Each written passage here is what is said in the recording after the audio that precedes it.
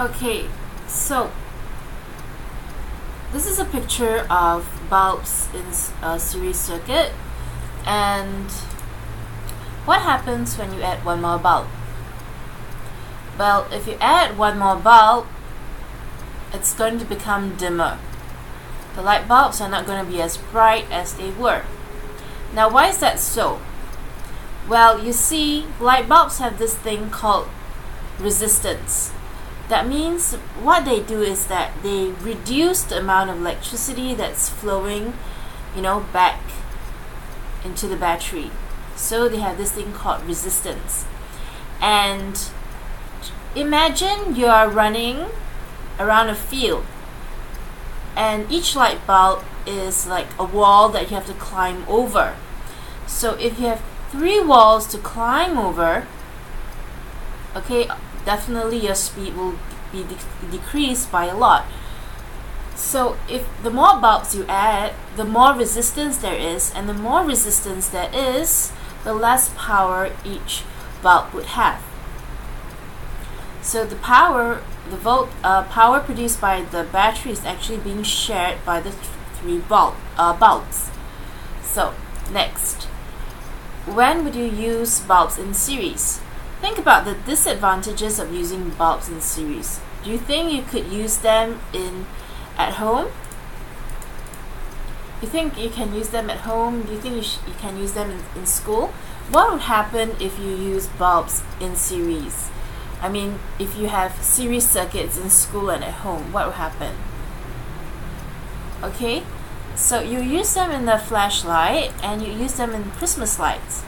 So what would happen if one of these bulbs blow?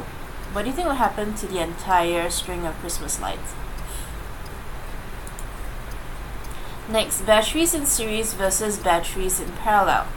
What differences can you spot between the parallel arrangement and the serial arrangement over here? What is the voltage of each arrangement, and how long can they last? So if you notice, in the parallel arrangement, the batteries are arranged in parallel, alright, and each of them have their own path. So it's as if they're just using the power from one battery first. So let's say each battery produces 1.5 volts of energy, of power. So they get 1.5 volts from this battery first, let's say for the first hour, and then 1.5 volts, and then 1.5 volts, and then 1.5 volts.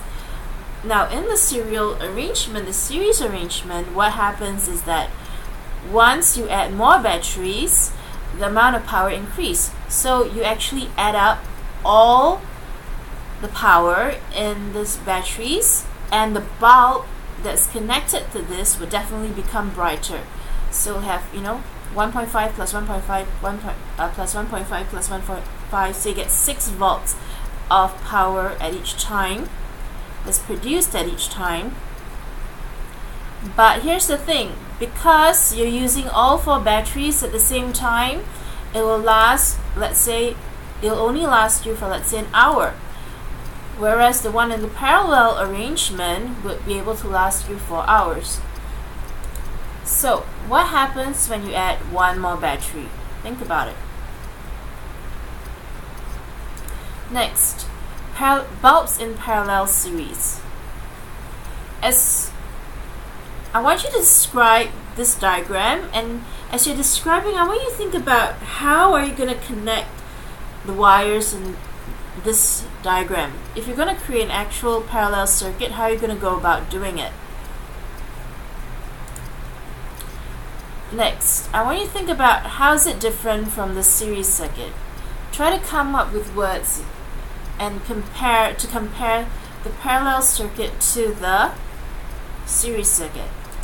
And how many paths are there for electricity to flow? What will happen if you remove one bulb? And what will happen if you add a bulb? So, there is more than one path for electricity to flow. So if we look here, okay, electricity goes from the negative to positive terminal. So I'll start at negative terminal, it goes to this bulb and comes back to the positive terminal. and this would go from here to the bulb and go back to the positive terminal, and this would go, electricity would go from the negative terminal to this bulb and to the positive terminal. So it's as if you're having children running a race, and each of them are running a different path.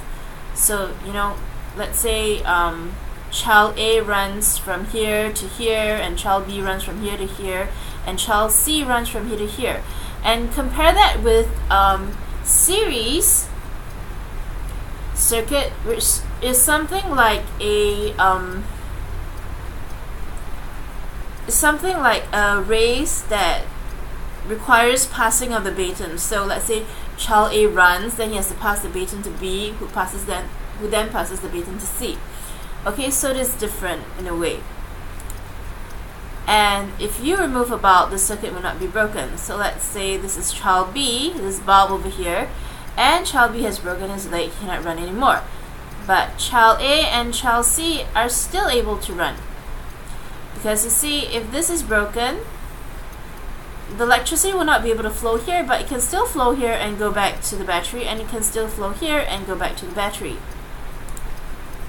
And when you add a bulb, the brightness of the bulbs would not decrease. Why is that so? Okay, it's as if so let's go back to the example where, okay, a bulb is, let's say, like a wall that you have to climb over. So child A runs here and he only needs to climb over one wall. Child B runs here, he only needs to climb over one wall. And child C runs here and he only needs to climb over one wall. Therefore,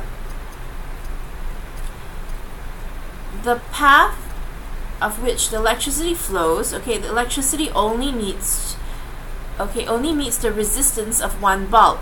And because it only meets the resistance of one bulb, if you add a bulb, the brightness would not decrease, because you will not be adding, okay, because you'll just be adding another path, and the electricity will still have to go through one, alright, just through one bulb, and there'll only be the resistance of one bulb. Next, of course, unless the combined voltage of the bulbs exceed the battery's capacity. So let's say if I add one more bulb here, and the battery is only 6 volts, but this bulb takes 2 volts, this takes 2 volts, this takes 2 volts. If I add one more, it'll be 8 volts, which is more than the battery's capacity. And in that case, the bulbs will become dimmer. Now, when would you use the parallel circuit, considering its advantages over the series circuit? Think about it. Well, you definitely use it in the home, in schools, you use it in appliances, instead of, the series circuit. Can you imagine what would happen if, things like your television or your computers run on series circuits? Now, I want you to watch the next 2 videos on bulbs in parallel circuits and note down what you've learned from these videos.